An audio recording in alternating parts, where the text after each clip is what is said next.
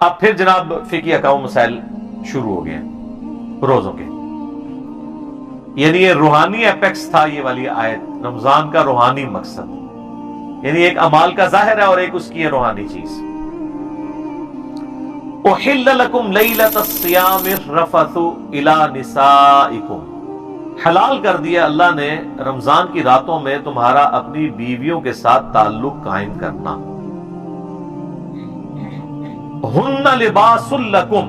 وہ تمہارا لباس ہے، وانتم لباس لہن، اور تم ان کا لباس ہو۔ علم اللہ انکم کنتم تختانون انفسکم، اللہ خوب جانتا ہے، اللہ نے یہ چیز جانی، آبزرو کی، یہاں جاننا آبزرو کرنے کے معنوں میں، جانتا تو وہ پہلے سے ہی ہے، اس نے یہ آبزرو کیا، کنتم تختانون انفسکم، کہ تم اپنی جانوں میں خیانت کرتے تھے، فتاب علیکم، تو اس نے تم پر توبہ فرمائی، تمہاری طرف رجوع لے کر آیا، وہ اللہ بھی رجوع لے کے آتا ہے نا، بندہ بھی لے کے آتا ہے، تم پر نظر شفقت فرمائی، نظر کرم فرمائی، فتاب علیکم وعفا عنکم، اور تمہیں معاف کر دیا، فالآن، تو پس اب آؤ، باشروہن، ان کے ساتھ ازدواجی تعلق قائم کرو، وابتغوا ما کتب اللہ لکم، اور پھر جو اللہ نے تمہاری قسمت میں لکھا ہے وہ اللہ سے طلب کرو، یعنی اولاد، اس تعلق کا مقصد اولاد ہے۔ اس آیت کے کانٹیکسٹ میں صحیح بخاری میں موجود ہے کہ روزہ تو آپ کو پتہ دن کے وقت ہوتا ہے، لیکن صحابہ کرام اجتہاد کرتے تھے کہ وہ رمضان کے پورے مہینے میں وہ یہ سمجھتے تھے کہ ہمیں اب اپنی بیویوں سے الگ ہونا ہے، کیونکہ جب پیٹ کی قربانی دی جا رہی ہے، نیند کی قربانی دی جا رہی ہے، تو وہ سمجھتے تھے یہ بھی ایک قربانی ہے، روزے کی حالت میں تو آئی ہے، ظاہر ہے روزہ تو ٹوٹ جائے گا، تو لیکن رات کے وقت تو روزہ نہیں ہوتا، تو وہ یہ سمجھتے تھے کہ نہیں، رمضان چونکہ ہے ہی قربانی کا مہینہ ہے، تو پھر رات میں بھی ہمیں بیویوں کے قریب نہیں جانا چاہیے، جبکہ بعض صحابہ ایسے تھے وہ کہتے تھے کہ اب تو افطار ہو چکا ہے، تو اب لہٰذا اس کے اوپر وہ حکم تو نہیں ہوگا، دن کے وقت تو ظاہر ہے کہ روزہ ٹوٹ جائے گا، لیکن اب تو وہ حکم نہیں ہوگا، تو وہ اپنی بیویوں کے ساتھ تعلق بھی قائم کرتے تھے، لیکن اندر ان کو گلٹ بھی فیل ہوتا تھا، یہ جو ہے نا کنتم تختانون انفسکم، تم اندر ہی اندر خیانت سمجھ رہے ہوتے تھے اسے، کہ کہیں غلط ہی نہ کر رہے ہو، اور کر رہے اس لیے تھے کہ کوئی واضح حکم بھی نہیں ہے، تو اللہ نے فرمایا کہ واضح حکم بھی نہیں تھا، تم گلٹ بھی فیل کر رہے تھے، لو ہم نے تمہیں ویسے ہی اجازت دے دی ہے اس کی، ٹھیک ہے، تو اللہ تعالیٰ نے یہ بہت بڑی آسانی دی ہے اس امت کے لیے کہ روزے کی ڈیوریشن جو ہے وہ 24 گھنٹے کرنے کی بجائے کر دی دن کے وقت اور رات کے وقت، اس تعلق کی اجازت دے دی۔ اب ایک اور فقہی مسئلہ ڈسکس ہو رہا ہے ساتھ ہی، وَكُلُوا وَاشْرَبُوا، اور کھاؤ اور پیو، حَتَّى يَتَبَيَّنَ لَكُمُ الْخَيْطُ الْأَبْيَضُ مِنَ الْخَيْطِ الْأَسْوَدِ، یہاں تک کہ جو سفید ڈورا ہے وہ سیاہ ڈورے سے ممتاز ہو جائے، من الفجر، صبح کے وقت، یعنی یہ جو آپ کو پتا نا جب پو پھوٹتی ہے نا صبح کے وقت، آپ اگر مشرق کی طرف دیکھیں نا تو عشاء کا وقت جب ختم ہوتا ہے نا تو صبح صادق شروع ہوتی ہے، آج کل آلموسٹ ہو رہی ہے وہ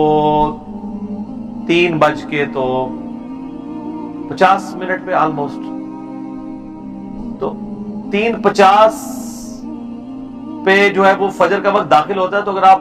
اونچی جگہ پہ کھڑے ہونا تو آپ کو فجر میں ہلکی سی ایک ٹیوب لائٹ نظر آنا شروع ہوگی، سفیدی جو افق کے اوپر پھیلی ہوگی، اور وہ ایسی ہوگی کہ آپ کو یعنی رات کا جو سیاہ ڈورا ہے اور جو صبح کا وائٹ ڈورا ہے وہ دونوں علیحدہ سے 2 لائنیں نظر آ رہی ہوں گی، اس ڈورے سے مراد یہ ہے، لیکن اب چونکہ یہ ظاہری الفاظ ہیں تو سیدنا عدی ابن حاتم کے بارے میں بخاری مسلم دونوں میں آتا ہے، انہوں نے اپنے سرانے ایک کالا اور سفید دھاگا رکھا ہوا تھا، تو وہ دیکھتے رہتے تھے کہ جب سفید اور کالے کا دونوں کا رنگ علیحدہ علیحدہ نظر آنا شروع ہو گیا نا، بغیر کوئی چیز لائٹ یا کوئی دیا جلائے بغیر، یعنی دن کی روشنی اتنی ہو گئی،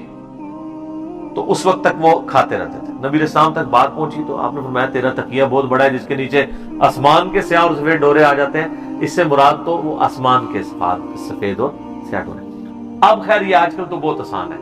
اب تو وہ 18 ڈگری کا اینگل ہے ایکٹیو لائٹ کا، وہ کیلکولیٹ آپ کر لیں، اور آپ مزے کی بات دیکھیں، صبح صادق سے لے کر سورج نکلنے تک جتنا ٹائم ہوتا ہے نا اس ٹیوبلائٹ کا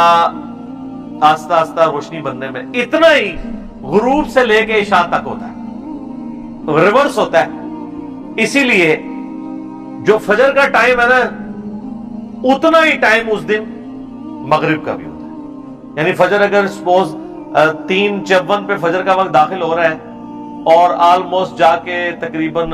کوئی 5:15 کے قریب طلوع آفتاب ہو رہا ہے، 1 گھنٹہ 20 منٹ یا 25 منٹ، تو مغرب سے عشاء کے درمیان جو وقت ہے نا وہ بھی اس دن اتنا ہی ہوتا ہے، کیونکہ وہ ٹیوبلائٹ ریورس ہو جاتا ہے شام کے وقت۔ تو یہ کہا گیا کہ جب تک وہ ممتاز نہ ہو جائے اس وقت تک تم اس کو سحری کرتے رہو، یہ تو ہو گیا سحری کا وقت۔ ثم اتم الصیام الی اللیل، اس کے بعد اپنے روزے کو مکمل کرو رات ہونے تک۔ اب یہ جو لفظ ہے نا رات، اس کی وجہ سے اہل تشیع کا یہ موقف ہے کہ قرآن تو بالکل واضح کہہ رہا ہے کہ روزہ شام تک نہیں ہے بلکہ رات تک ہے، اس لیے وہ رات ہونے کو انشور کرتے ہیں۔ انشور اتنا ہی کرتے ہیں کہ ہمارے 5-7 منٹ بعد کھول لیتے ہیں، یہ نہیں ہے کہ کچھ 40 منٹ بعد کھولتے ہیں۔ تو اگر وہ رات کا معنی وہی لینا چاہتے ہیں تو رات تو ان کے روزے کی افطاری کے وقت بھی کوئی نہیں ہوئی ہوتی، اگر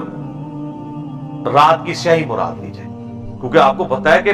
مغرب کی اذانوں سے 30-40 منٹ تک آلموسٹ روشنی موجود ہوتی ہے سورج کے شفق کے غائب ہونے کے بعد سے۔ اس میں میرا یوٹیوب پہ ایک کلپ ہے سنی شیعہ کے افطار کے ٹائم کے اوپر اختلاف، میں نے اس پہ ساری حدیث بیان کی، آلموسٹ آدھے گھنٹے کی وہ ویڈیو ہے، وہ آپ دیکھ لیں۔ بہرحال شیعہ علماء سے بھی جب ڈسکشن ہوئی ہے وہ کہتے ہیں نہیں، اب چونکہ اب ٹائم ٹیبل بن چکے ہیں، اگر ٹائم میں سورج کا غروب ہونا کنفرم ہو گیا نا تو رات شروع ہوگی، کیونکہ اب رات کی ڈیفینیشن کے لیے آپ کو قرآن و حدیث کی ضرورت نہیں ہے، کیونکہ یہ لٹریچر کا مسئلہ ہے۔ یہ ڈکشنری آپ کو بتائے گی کہ رات کس وقت شروع ہوتی ہے۔ قرآن حدیث اب کہہ رہا ہے نا رات، تو قرآن یہ تو نہیں بتا رہا کہ اتنے ستارے گنے جا سکیں اور اتنے نہ گنے جا سکیں۔ رات مطلب جو عرف عام میں رات مانی جاتی ہے، تو ڈکشنری کہتی ہے کہ غروب آفتاب رات ہے، شام جو ہے عصر اور مغرب کے درمیان کا وقت ہے، آخری 20-25 منٹ۔ ہم ویسے مغرب کو شام کی نماز کہتے ہیں، حالانکہ مغرب رات کی نماز ہے، شام کی نماز نہیں ہے، کیونکہ غروب ہو چکا ہوتا ہے۔ اسی تو آپ دیکھیں نا تراویح ہم ایک دن پہلے پڑھتے ہیں، اور جیسے ہی مغرب کے بعد چاند نظر آتا ہے شوال کا تو اعتکاف والے اٹھ جاتے ہیں مسجد سے، کیونکہ وہ کہتے ہیں اب اگلا یہ تو نہیں کہ رات ہونے کا انتظار کرتے ہیں۔ تو رات سے مراد ہے غروب آفتاب۔ اگلے زمانوں میں ظاہر ہے غروب آفتاب کو انشور کرنا ضروری تھا، یعنی آپ ایسی جگہ پہ رہ رہے ہیں کہ بظاہر کسی پہاڑ کے پیچھے سورج چھپ رہا ہے لیکن وہ سورج ابھی مکمل غروب نہیں ہوا، تو پھر آپ افطار تو نہیں کر سکتے۔ اور یہ بھی یاد رکھیے گا، آپ جس جگہ پہ نا اگر آپ کے سامنے سورج آپ کو نظر آ رہا ہے تو وہ آپ گھڑی دے کے روزہ افطار نہیں کر سکتے جب تک وہ غروب نہ ہو جائے۔ اگر وہاں پہ وہ غروب ہوتا ہے تو، میں قطبین کی بات نہیں کر رہا ادھر، مثلا آپ کو پتا ہے یہ جو برج العرب ہے یہ آلموسٹ 1 کلومیٹر اونچا ہے، تو انہوں نے جو بالکل ٹاپ والے ہیں نا ان کی گھڑیوں کی ٹائمنگ ڈیفرنٹ دی ہوئی ہے افطاری کی، اس کے اندر 3-4 منٹ کا فرق ہے، کیونکہ جب آپ زمین کی سرفیس سے 1 کلومیٹر اوپر چلے جائیں تو زمین میں تو سورج غروب ہو چکا ہے، ادھر نہیں ہوا۔ تو انہوں نے باقاعدہ ٹائمنگ دی ہوئی ہوتی ہے کہ اتنی منزل والوں کا افطار اس وقت ہوگا، اتنی والوں کا اس وقت ہوگا، کیونکہ ان کو تو سورج سامنے نظر آ رہا ہے، نیچے والوں نے دیکھ لیا غروب ہو گیا اور واقعی غروب ہو گیا، لیکن جب آپ ہائٹ پہ ہوتے ہیں نا تو زمین کی کرویچر کو بھی آپ دیکھ رہے ہوتے ہیں۔ مثلا یہاں سے مجھے اگر سامنے ایک چیز پڑی ہوئی نظر نہیں آ رہی ہے لیکن میں اگر یوں کر کے دیکھوں تو مجھے نظر آ رہی ہے، تو اب میرے لیے تو سورج غروب نہیں ہوا۔ اسی طریقے سے جو بندہ جہاز میں ٹریول کر رہا ہے تو جہاز تو آپ کے جو عام جہاز ہیں یہ تقریباً 8 سے 10 کلومیٹر اونچا اڑتے ہیں، تو اس میں تو سورج آپ کو سامنے نظر آ رہا ہے، تو آپ افطار نہیں کر سکتے جب تک کہ وہ اتنا نہ غروب ہو جائے کہ وہ اس ہائٹ سے بھی غروب ہوا نظر آ جائے۔ بال اس میں یہ ہے کہ نیچے والوں کا تو عصر کا ٹائم ختم ہو جائے گا، آپ کا تو عصر کا ٹائم بھی ختم نہیں ہوگا۔ اور مصیبت بن جاتی ہے فجر کے وقت، جو جہاز میں بیٹھے ہیں ان کی فجر جلدی شروع ہو جاتی ہے اور سورج بہت جلدی نکل آتا ہے، تو اس لیے جو لوگ سفر کر رہے ہوتے ہیں، جن کو تھوڑی بہت عقل ہوتی ہے، وہ یہ نہیں کرتے ہیں کہ وہ گھڑی کے مطابق دیکھ کے چل رہے ہوتے ہیں کہ جی اب میں اس شہر پہ ہوں تو ادھر جو ہے فجر کا وقت اس ٹائم شروع ہو رہا ہے، جو طلوع آفتاب ہے، لہٰذا میں جو اس وقت تک نماز پڑھ سکتا ہوں. نہیں جناب، اس سے 10 منٹ پہلے ہی سورج نکل آیا ہوگا، کیونکہ آپ 10 کلومیٹر اوپر ہیں. 10 کلومیٹر نیچے ہوں گے تو سورج نہیں نکلا. یہ بڑا دھیان رکھنا پڑتا ہے، کیونکہ مجھے انٹرنیشنل فلائٹس میں نا یہ ساری مصیبت کاٹنی پڑی ہے.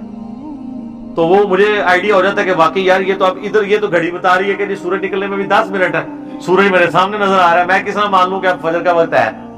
تو آپ کو پھر وہ ٹائمنگ کو سیٹ کر کے یہ چیزیں کرنی پڑتی ہیں. تو یہ رات تک جو روزے کو آپ نے مکمل کرنا ہے نا، اس سے مراد ہے غروب آفتاب. تو وہ شیعہ علماء کہتے ہیں کہ پہلے ہم لوگ یہ کرتے تھے، اب اگر واقعی گھڑی اور لیٹ لانگ یہ چیز بتا دیتے ہیں تو اب اس کو ضد نہیں بنانا چاہیے. دوسری طرف سنیوں نے یہ مصیبت ڈال دی ہوئی ہے کہ وہ ان حدیثوں سے کہ جی میری امت بھلائی پر قائم رہے گی، اور صحیح بخاری میں بھی، ابو داؤد میں بھی موجود ہے کہ جب تک وہ افطار میں جلدی کرتی رہے گی. افطار میں جلدی کرنے کا قطعاً یہ مطلب نہیں ہے کہ آپ وقت سے پہلے افطار کر لیں. تو وہ جلدی کے چکر میں آپ دیکھتے ہیں کہ وہ ٹائم ٹیبل بھی پتہ نہیں ایسے بنائے ہوئے ہیں، جو ہماری ڈیجیٹل الیکٹرانک جو ٹائم ٹیبلز ہیں ان کو سپورٹ بھی نہیں کرتے، پرانے زمانے کے وہ بنے ہوئے ہیں. اور وہ کہتے ہیں نہیں جی وہ، پھر جب ہم انہیں کہتے ہیں بھئی صحیح ابن خزیمہ کے اندر یہ حدیث موجود ہے،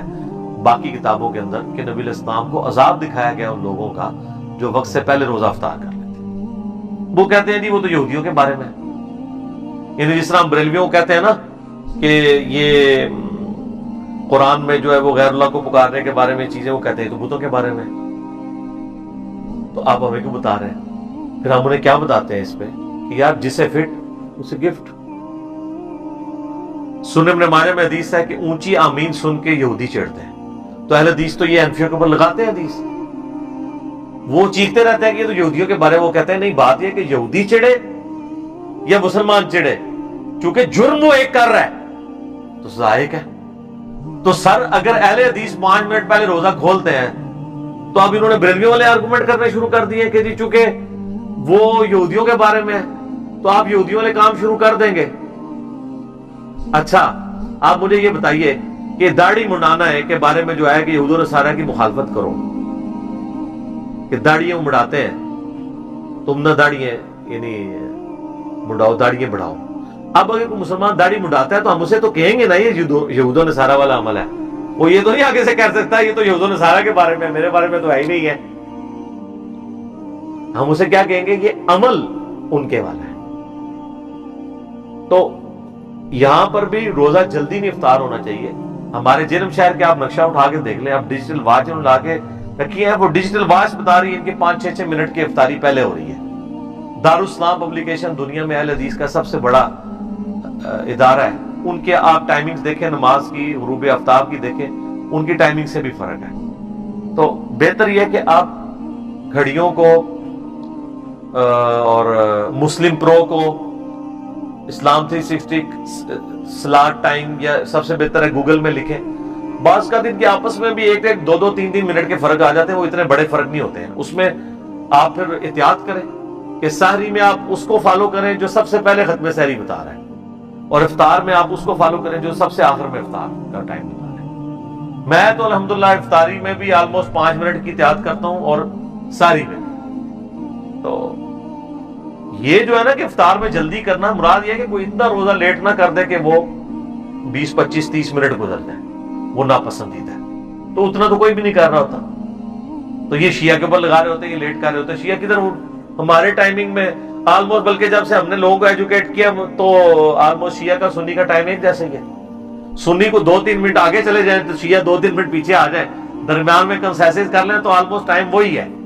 یہ میری شیعہ علماء سے باقاعدہ بات ہوئی ہے، میں نے اس ویڈیو میں بھی ریکارڈ کروایا. وَلَا تُبَاشِرُوهُنَّ وَأَنْتُمْ عَاكِفُونَ فِي الْمَسَاجِدِ، اور دیکھو اپنی عورتوں کے ساتھ ازدواجی تعلق نہ قائم کرنا جب تم مسجد میں اعتکاف کر رہے ہو.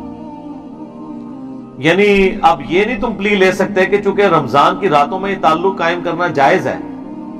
تو مسجد میں بھی جائز ہوگا، کیونکہ اس زمانے میں ظاہر ہے کہ مسجدوں میں ہی عورتوں کے خیمے بھی لگتے تھے.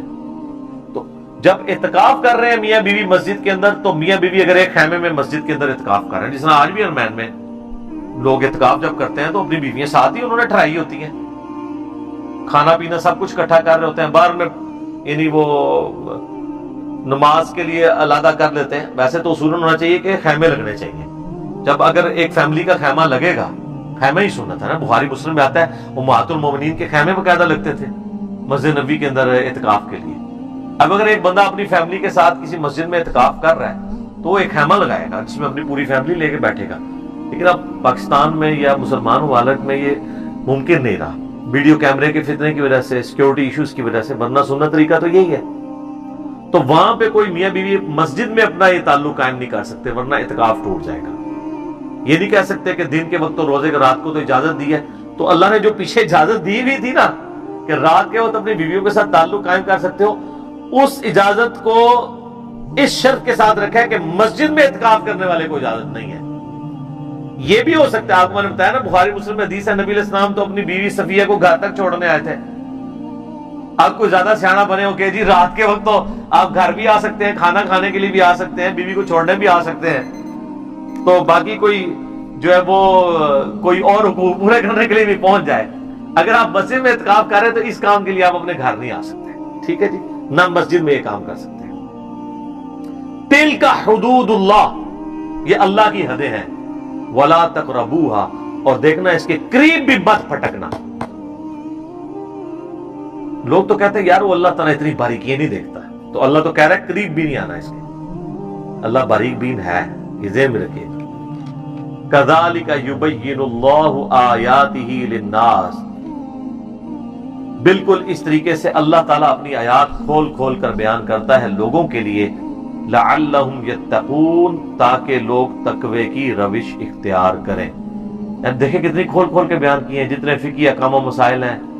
کوئی اس سے یعنی اللہ تعالیٰ ہمارا کسی کو یہ شائبہ نہ ہے کہ کوئی عجیب و غریب یا کوئی حیا سوز قسم کی باتیں ہو رہی ہیں، یہ اللہ کی حدیں ہیں، اللہ تعالیٰ ان کو بیان کر رہا ہے۔ لیکن یہ بات یاد رکھیے، اللہ تعالیٰ جب بھی سیکس کو ڈسکس کرتا ہے تو کتنے کنٹرول الفاظ میں کر رہا ہے،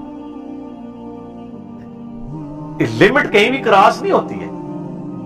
یعنی جس طرح یہ مطلب ایک جس کو کہتا ہے کھل ڈل کے بات کرنا، اس لیول پہ نہیں جاتی، لیکن میسج بھی کنوے ہو جاتا ہے کنٹرول الفاظ کے ساتھ۔ یہ قرآن کی